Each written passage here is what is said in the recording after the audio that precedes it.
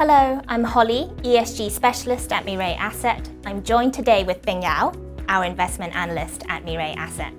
In this video, we will discuss about EV batteries and talk about the state of play for this sector and the key issues and trends that we should take note of. I'm sure we're all aware, electric vehicles, they're a cleaner and more environmentally friendly alternative to traditional ICE vehicles, mainly due to emitting less carbon emissions because they are powered by electricity as opposed to fossil fuels, also because they have no tailpipe emissions, so really helping with reducing roadside air pollution.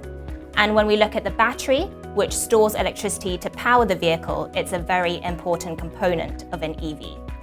So Bingyao, to start off this discussion, let's look at China, the world's largest EV market. Not only does it account for almost half of global EV sales, but it also has top market share in EV batteries. So how and why has China become the global hub for EV batteries?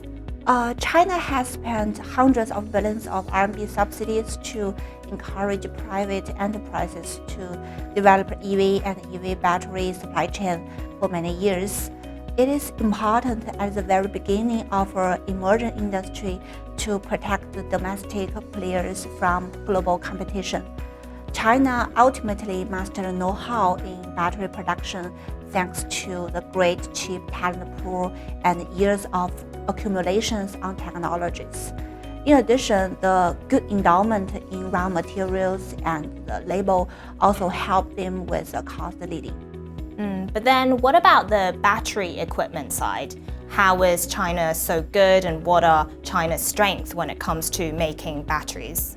Well, looking at the cost structure of equipment, the raw materials cost, engineer and manufacturing labels cost are the main determinant.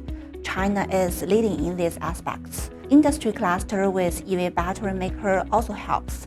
Chinese battery equipment makers, they are able to respond to and get feedback from the battery makers faster than global peers. So as I understand, lithium-ion batteries, they're the most commonly used type of batteries for EVs, and they use liquid or gel electrolytes to generate electricity.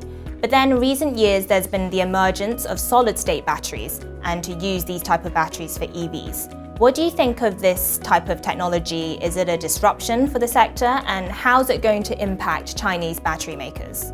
Solid-state battery largely increase the energy density with better safety properties. However, it is still far from massive production for cost issues. Chinese battery manufacturers, they have been working on the solid-state battery R&D for a long while. They are about to launch some semi-solid state products in the coming 2 to 3 years by collaborating with local OEMs.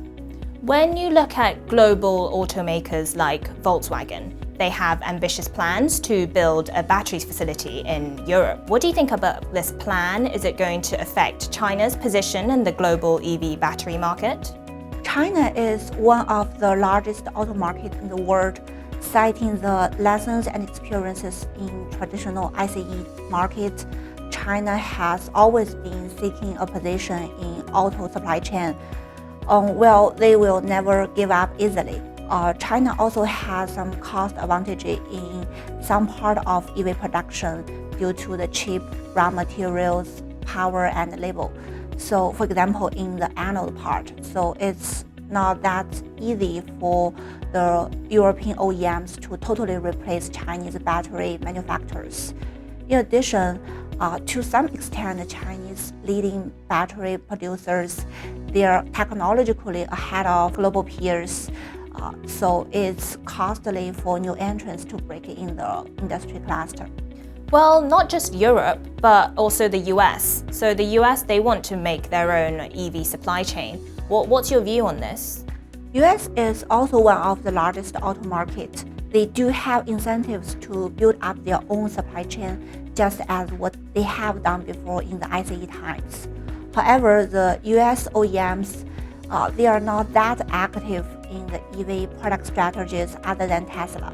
Even for Tesla, they outsource most of the parts. For battery, it is a long value chain and it takes huge amount of time and money to see the results. What about the cost differences of manufacturing, say, between Europe and the United States? And if you compare that with China, so if the cost of manufacturing EV batteries is too high in Europe, would then China be good and well positioned to be an EV export hub? Well, we can say from CATL and LG Chem, they are adding capacities in Europe now. It takes time to say the production cost differences between in Europe and the US. But yes, if the cost of manufacturing EV battery is too high in Europe, China is likely the export hub. But then what about Korea? Korea and China, they seem to compete head-to-head in the EV battery world. What are the advantages of each of these markets? Korea has a longer time of exposure to lithium battery production than China.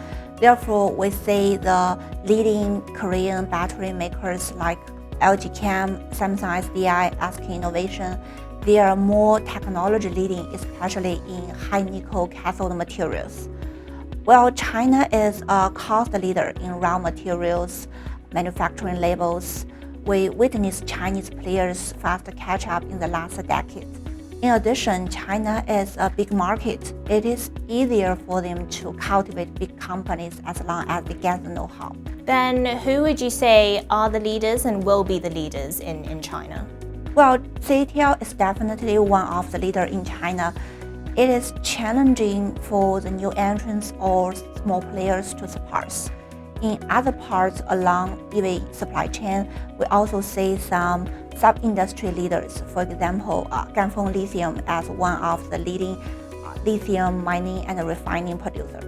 Thanks for that. So to wrap up this discussion, perhaps we can end with an ESG question. So along the EV supply chain, which parts of the supply chain is most exposed to ESG risks, and how have you seen companies address these risks?